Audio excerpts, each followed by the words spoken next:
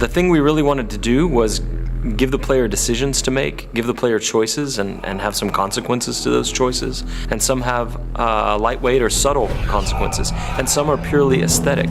Choice matter because in the media video game, you can make choices where the movies doesn't allow you to make choices. So having the consequences to what you do and seeing how the simulation deals with your choices, it feels like the player has full ownership of his experience.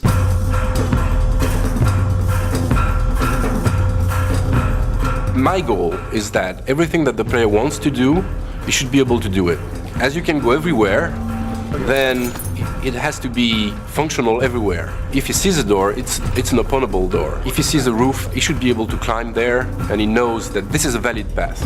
As you guide Corvo through the world, as you see this world from a first-person perspective, you can constantly approach the game with all-out violence or subtlety, like you can be very surgical in how you move into an environment and how you deal with the assassination target.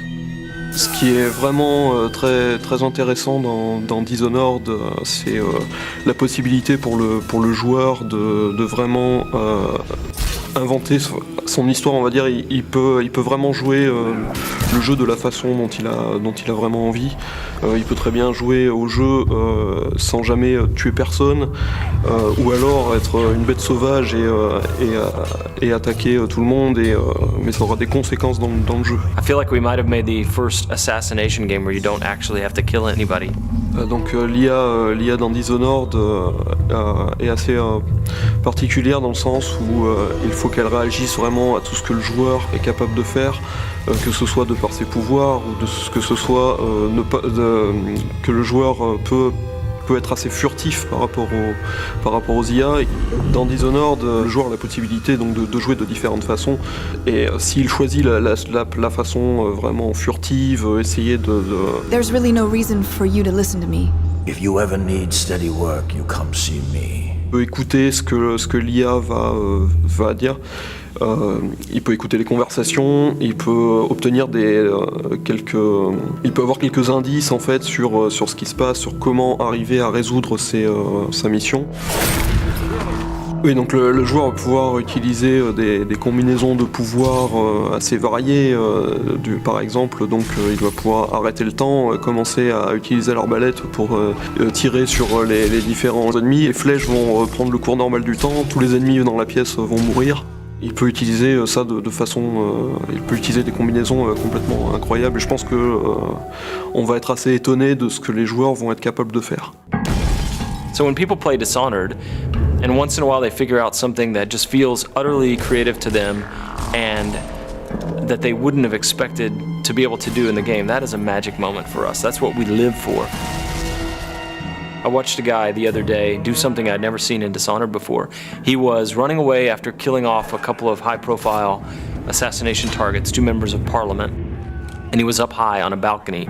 And the jump would have killed him because it was maybe 4 stories up, but he had the possession power. And in our game, when you possess somebody, it's not like you leave your body behind and possess them with your mind. It's a corporeal thing, so you move physically into them, and then you pilot them around. And so he jumped off of this balcony 4 stories up and plummeted to the ground, and I thought he was going to die. He was on the pavement next to the river, but he was angling for this guard that was walking a patrol down there, and as he got close to the guard, he activated the possession power and moved into the guy, and it kills the inertia of the fall, and he lived and walked past the other guards who didn't know anything was wrong. And that is a moment you can't have in another game.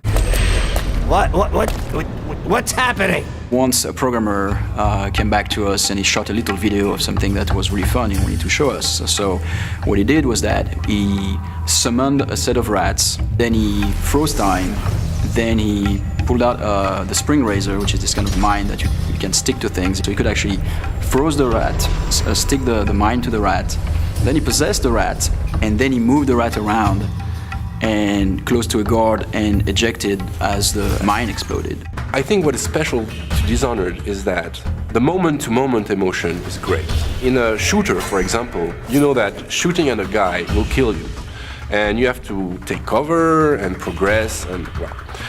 But in Dishonored, you can combine things in a way that even the result can be unpredictable. For us, the thing that is a thrill is whenever we are surprised by the game. We see that for the first time, like a character responding to something, all those powers will chain together, and still the simulation works. For us, it's really mind-blowing. What I like to do when I'm playing games, to share experiences. Every player experience would be pretty different. I would love the player to feel that.